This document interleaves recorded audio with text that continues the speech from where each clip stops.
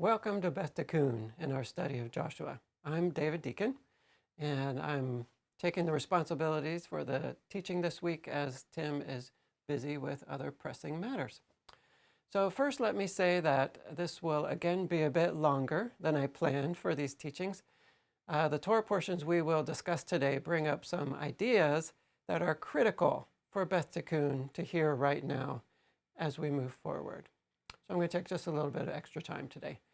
There are once again a lot of layers and connections here because we're not just walking through seasons in the year and Torah portions with the seasons, but Beth Tikkun is at a certain point in our development too.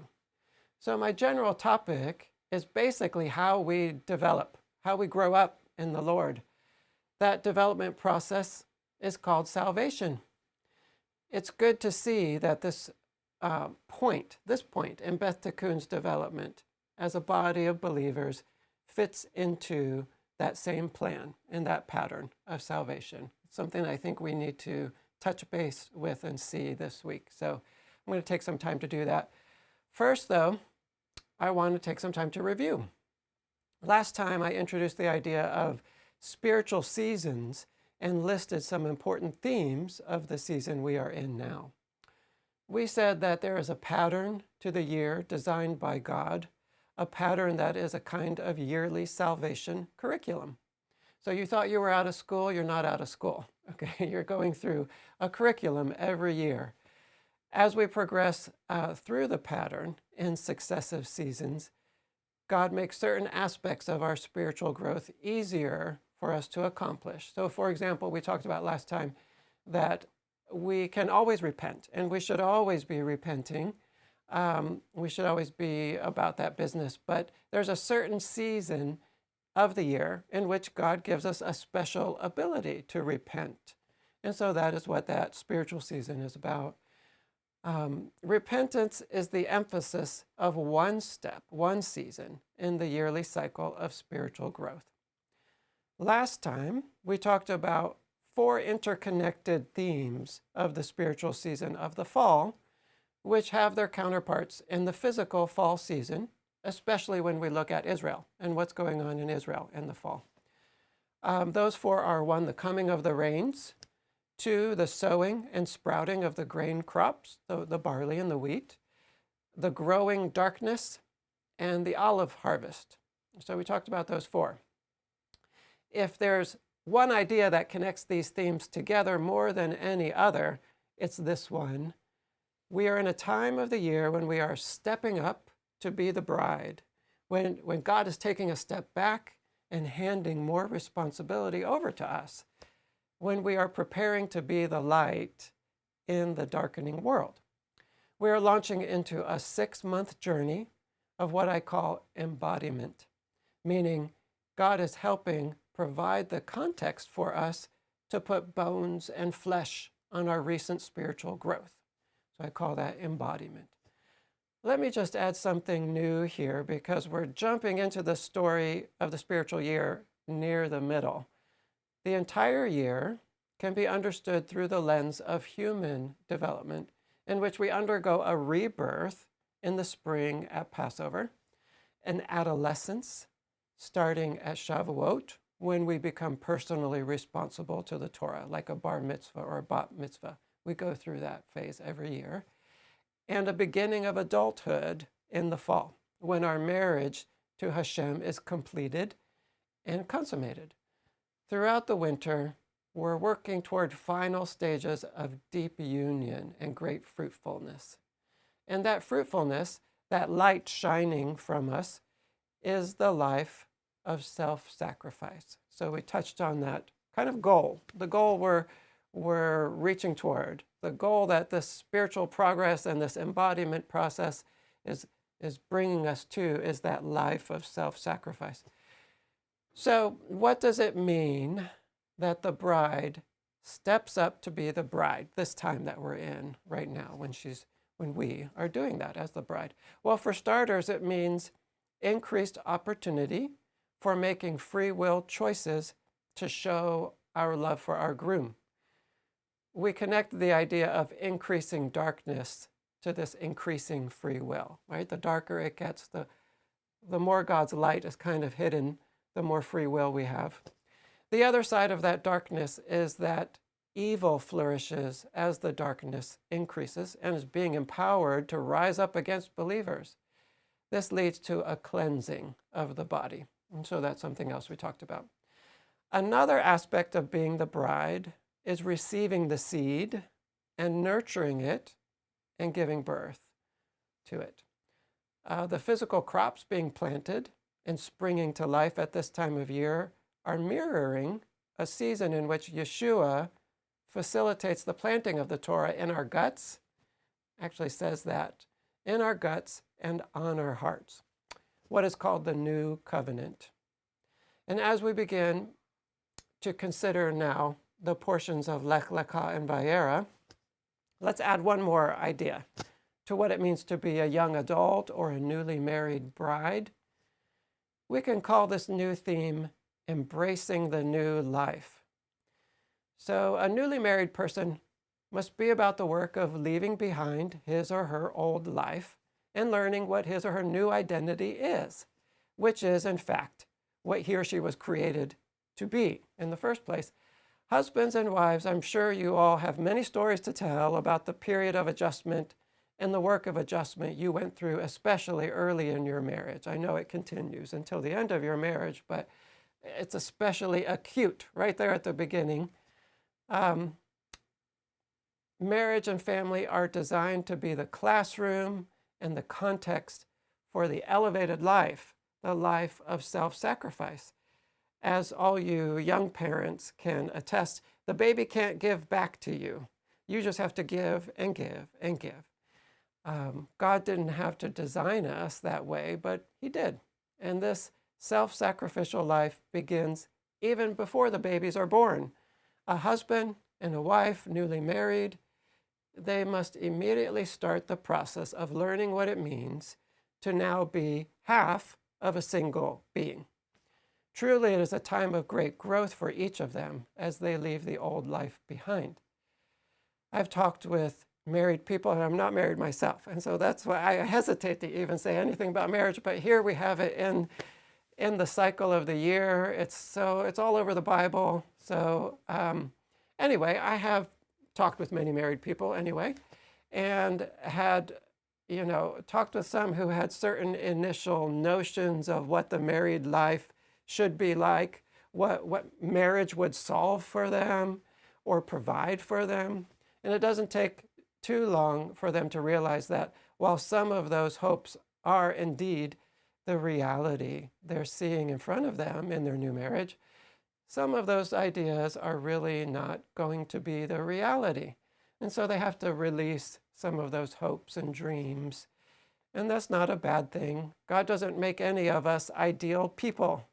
And he doesn't give us the ideal marriage either, at least not without a lot of work and growth. So this coming to terms with the reality is a painful process.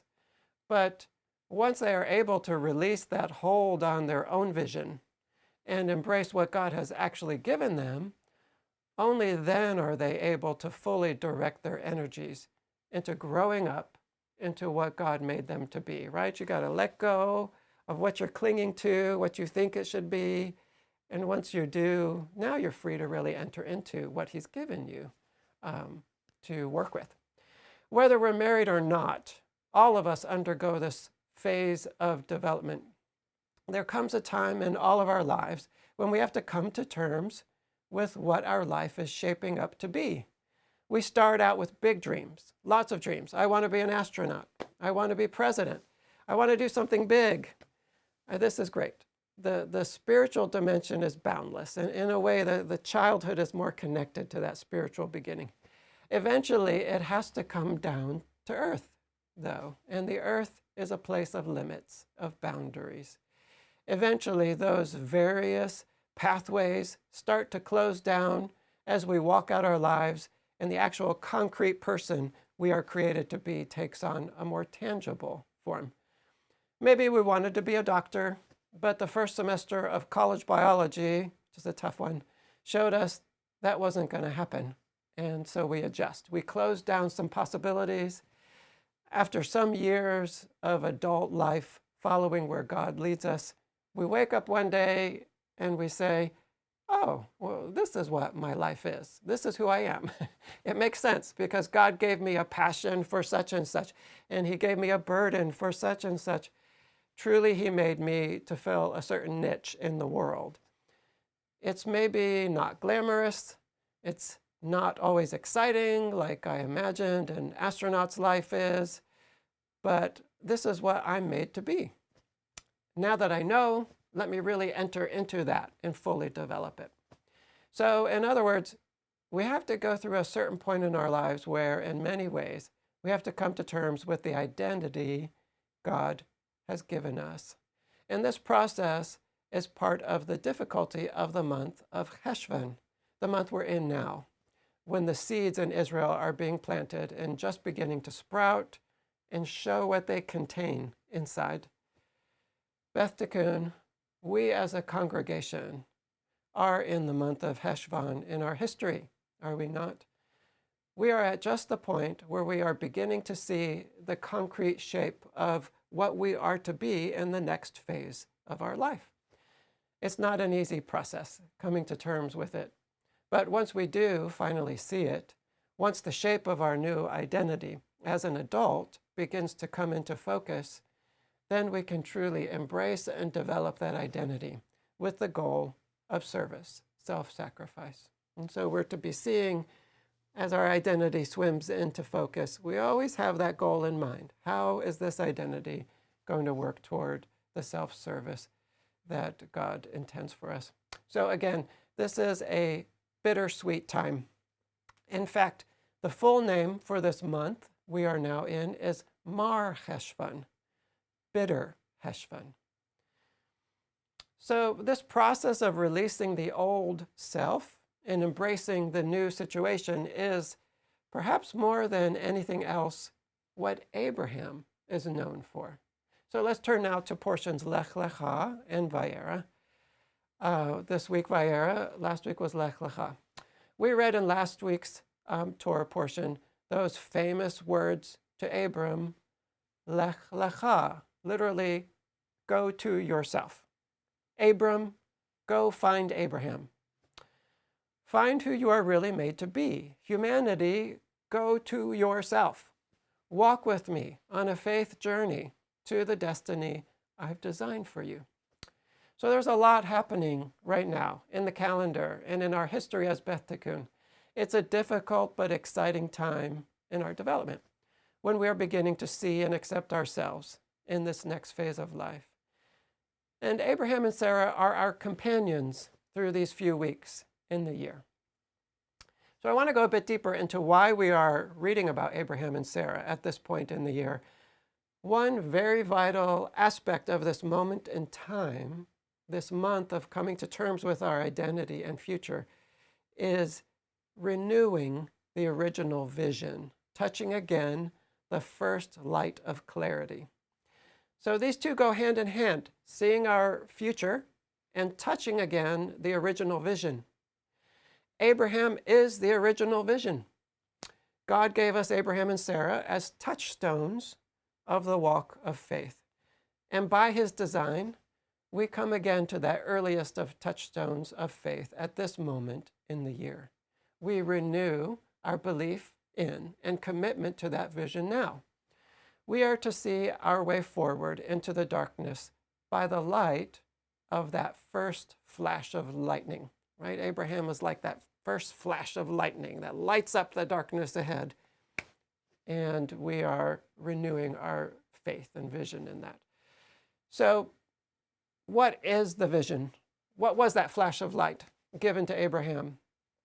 Beth Tikkun, think about the point we find ourselves at now as a congregation as we talk about Abraham now.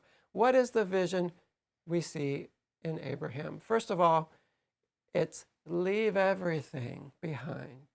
Go, and I will show you your inheritance. And this is what Abraham does, and he is blessed. And in reading about that at this time of year, we are encouraged. We can also be encouraged that though he's not perfect in that faith walk into his true identity, his inheritance, God is faithful. Notice this. Whenever Abraham tries to preserve his life, he stumbles. And so we see several cases of that involving his wife. She's my sister. I'm trying to stay alive.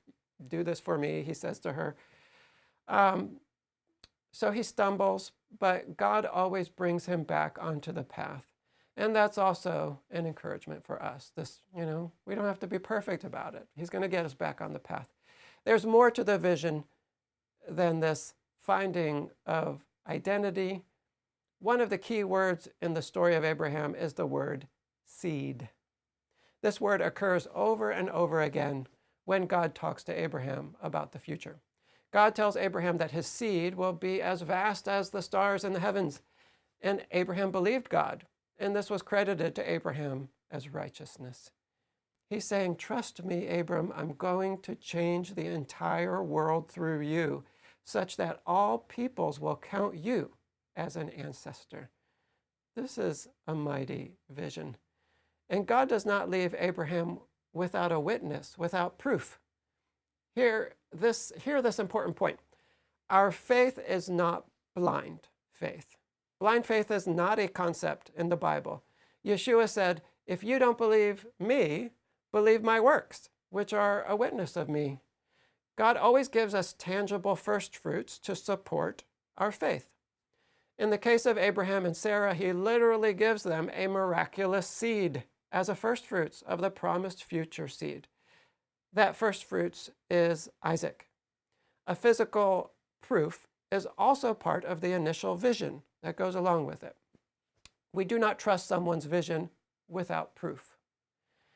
And it is in this first fruits that the greatest test of all comes for Abraham.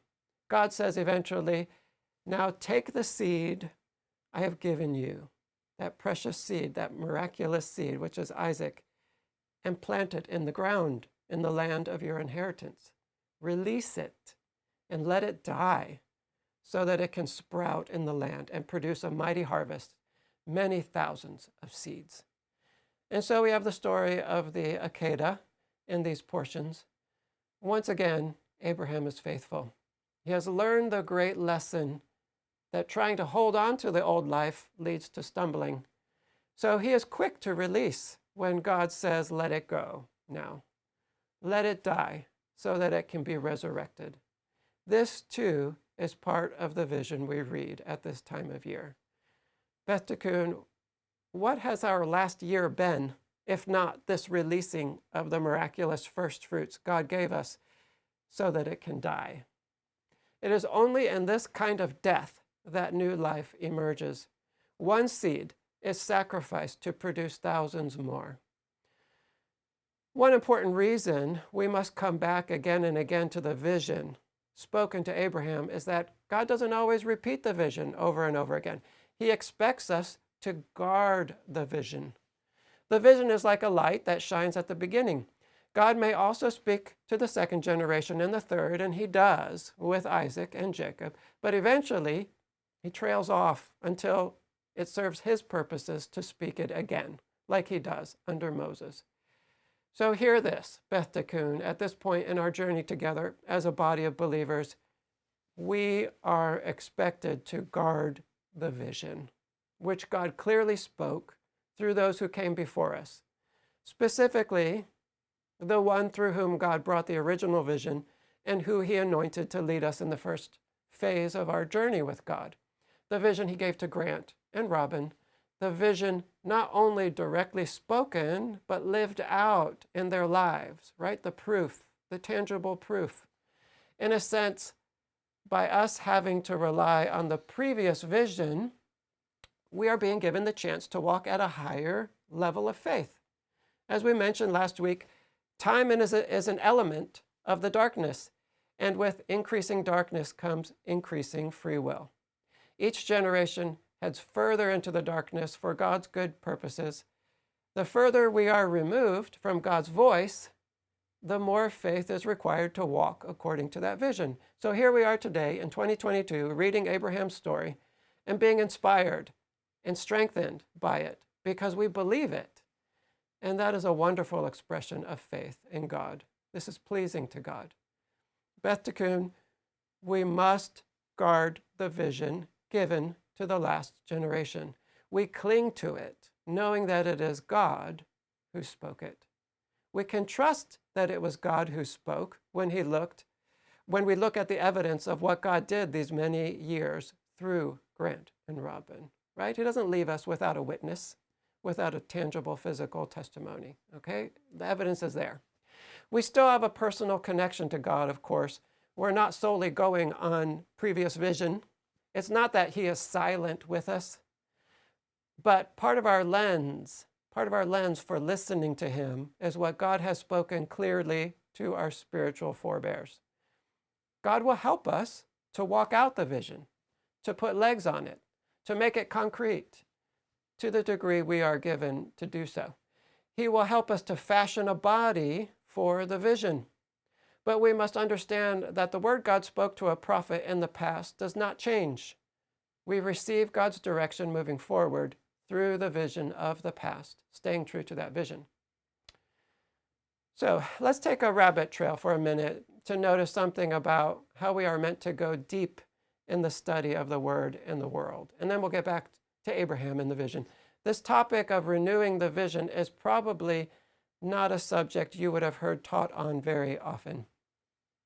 But it's one that emerges from putting together the calendar with the Torah portions. So as Grant often has shown us over the years, it's one thing to understand something over here, but when you recognize that this over here is clearly connected to this other story over here, and when you lay them next to each other and compare and contrast, you start to see in 3D, as Grant would often say. Grant would take something like Noah's Ark and compare it to the Tower of Babel. And by the end, you're not only seeing a progression from one to the other, but you're understanding each separately much more deeply, 3D.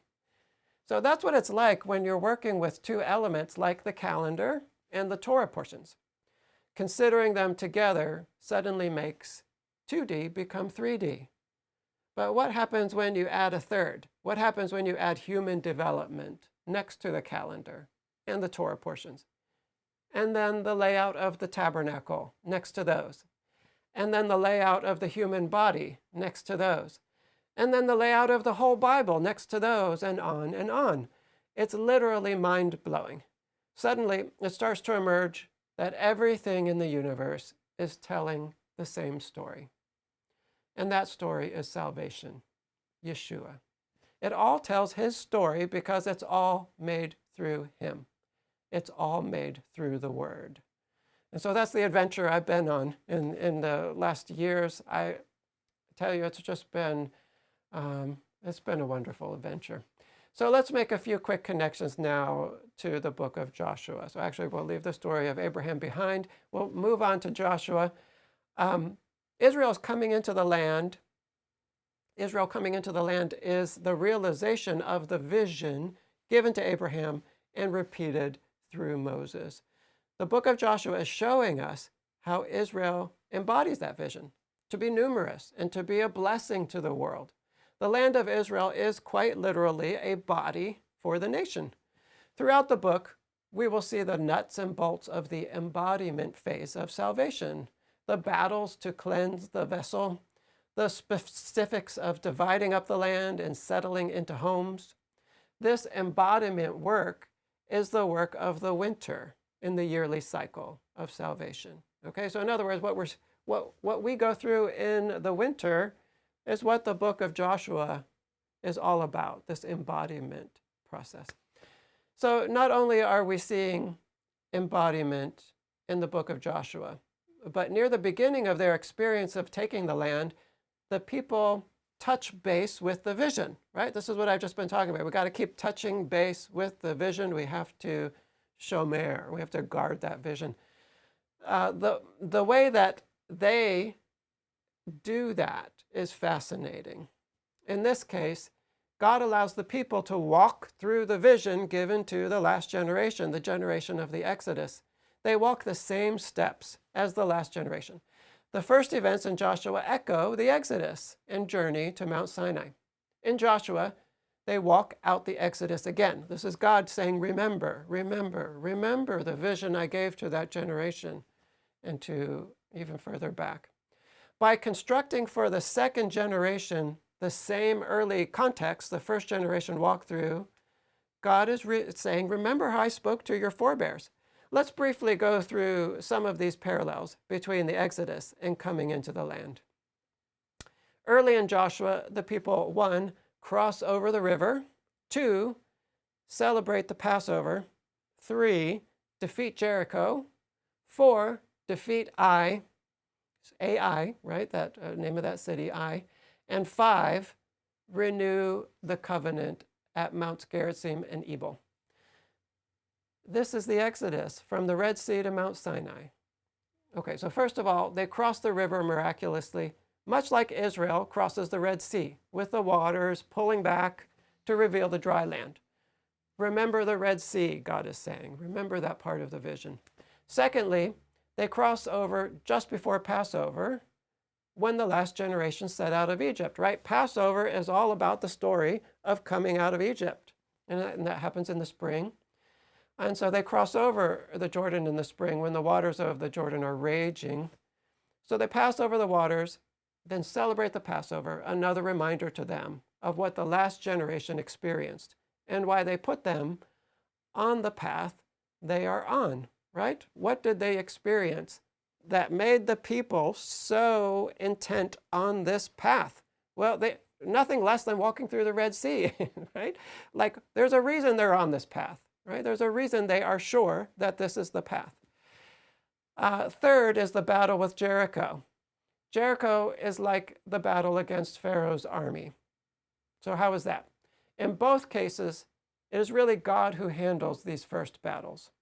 The conquering of Jericho is uniquely miraculous. March around 7 times, blah, blah, blah. This is God saying, I'm the one who's bringing down Jericho for you. So both the battle with Pharaoh's army and Jericho are God showing himself as the true source of victory over the enemy. And this is how we are to see Jericho. Next comes Ai. Ai is a stumble.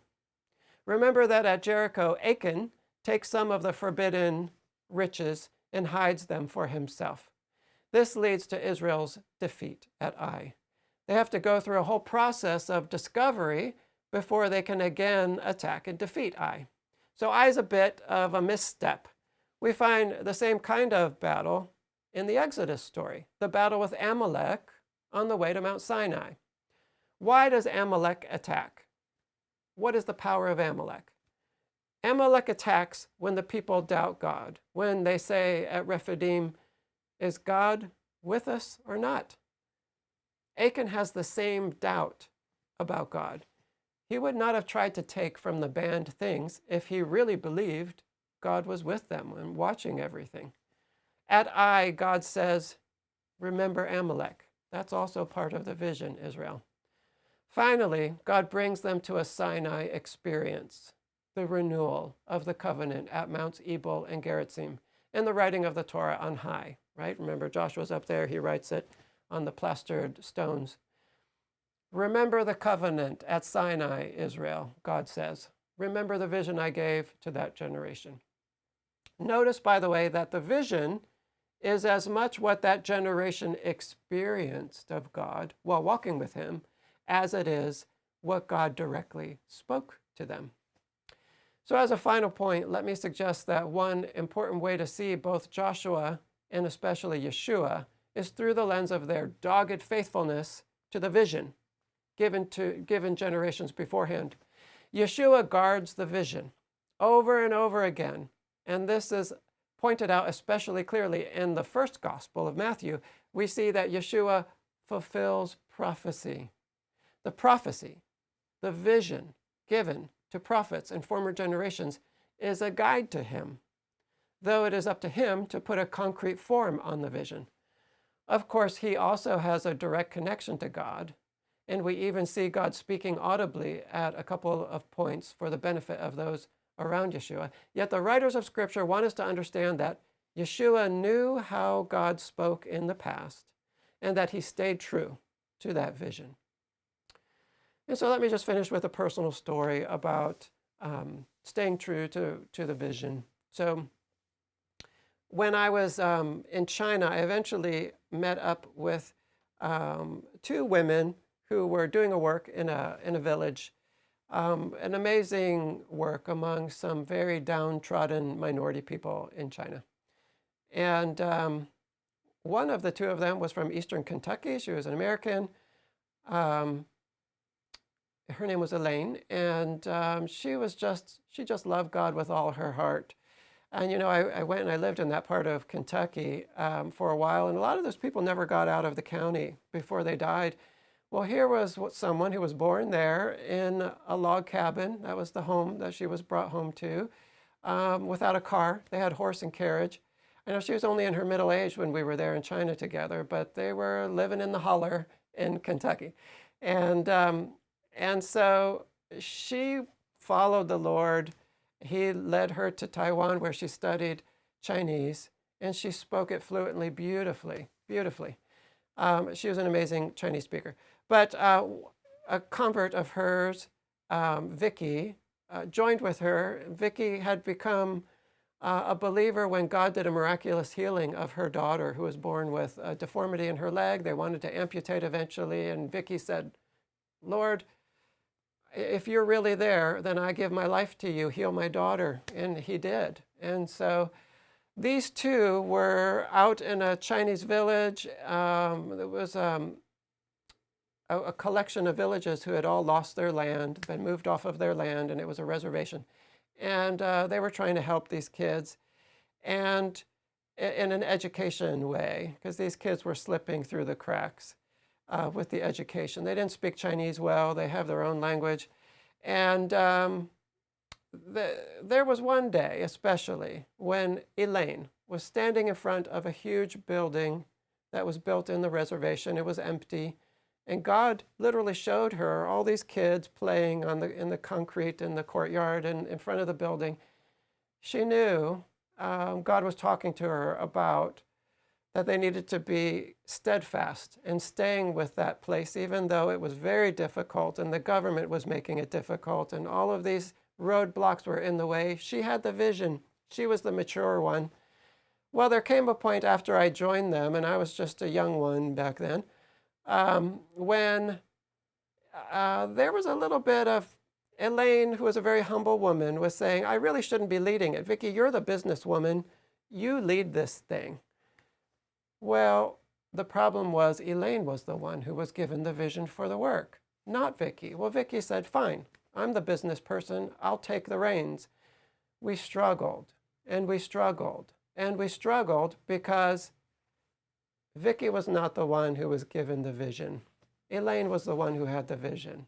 And so once we got back, got recentered, and Elaine was the one making the final decisions, once again, things smoothed out. Once again, we had to stay true to the one who had the vision. So anyway, that's just a story from my own background about, it made a big impression on me living through that. So I hope this has been an encouragement to you. May God bless all of us on this journey that we're on today, and may He make us into the people that He wants us to be. Shalom.